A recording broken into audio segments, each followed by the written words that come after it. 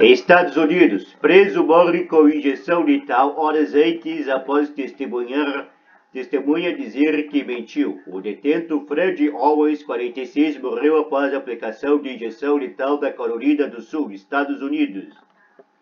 O detento condenado por homicídio Fred Owens, 46, morreu após a aplicação de injeção letal na Carolina do Sul, Estados Unidos, nesta sexta-feira, dia 20.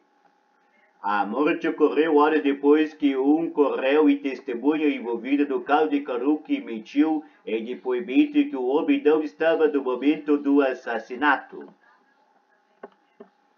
O que aconteceu? Fred foi condenado pelo assassinato da balconista de uma loja de conveniência na cidade de Greenville, da Carolina do Sul, durante um assalto em 1997. Enquanto aguardava julgamento, o preso matou outro detento em uma cadeia. A morte dele foi a primeira em 13 anos do Estado em razão de uma pausa forçada do governo por não conseguir obter as substâncias necessárias para aplicações das injeções letais. O médico entrou no recinto e declarou o homem morto pouco mais de 10 minutos depois. O óbito foi confirmado às 18 horas e 55 minutos do horário local, 19 horas e 55 minutos do horário de Brasília.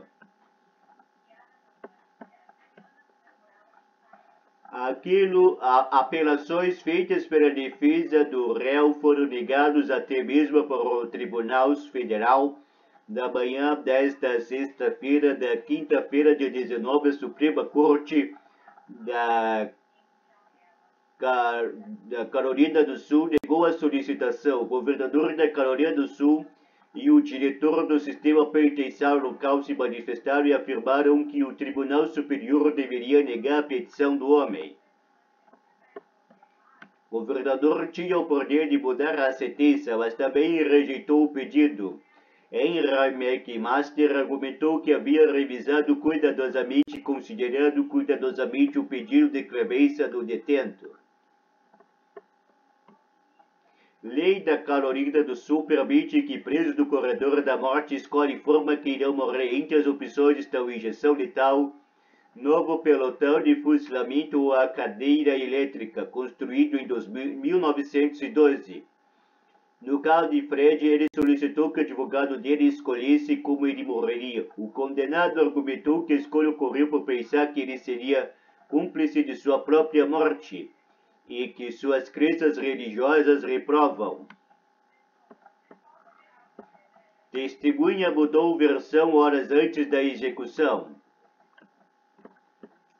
Declarações juramentadas de réu e testemunha foi apresentado pela defesa de Fred 2 dias antes da execução. Stephen Golden, também envolvida no crime e cujo depoimento ajudou a condenar o réu, retrocedeu e relatou que o condenado não estava na loja no momento do assalto, contradizendo seu testemunho. Todavia, os promotores declararam que outros amigos do preso e a ex-namorada dele disseram que ele teria se gabado por matar a balconista. Amigo de condenado afirmou que mentiu para não ir para o corredor da morte. Os membros da Suprema Corte apontaram que Steven não tinha advogados para explicar suas declarações recentes do documento e o homem também não indicou quem poderia ter matado a vítima, já que não teria sido Fred, segundo a sua nova versão.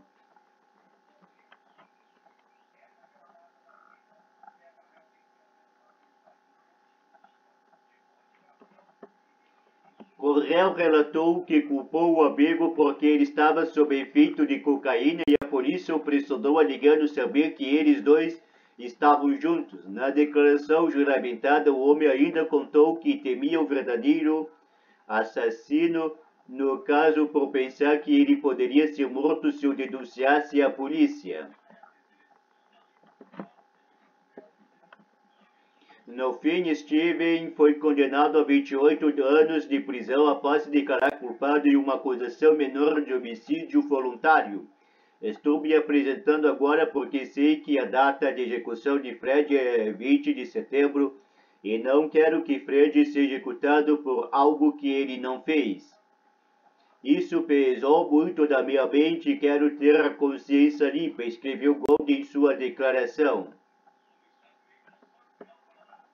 A Carolina do Sul está prestes a executar o homem por um crime que ele não cometeu. Continuaremos a advogar pelo Sr. Owens, disse o advogado Gerald Bo King em uma declaração dada antes da aplicação da sentença.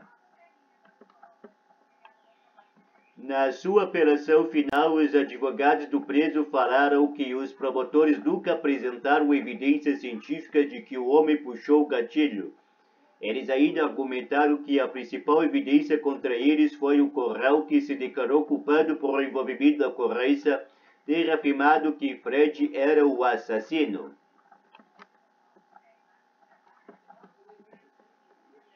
A defesa também argumentou que o homem tinha somente 19 anos quando o assassinato ocorreu. Eles reforçaram que o cliente teve danos cerebrais em razão de violência física e sexual que sofreu quando estava em uma prisão juvenil. Condenação. A condenação de Fred pelo assassinato de Irene Graves ocorreu em 1999.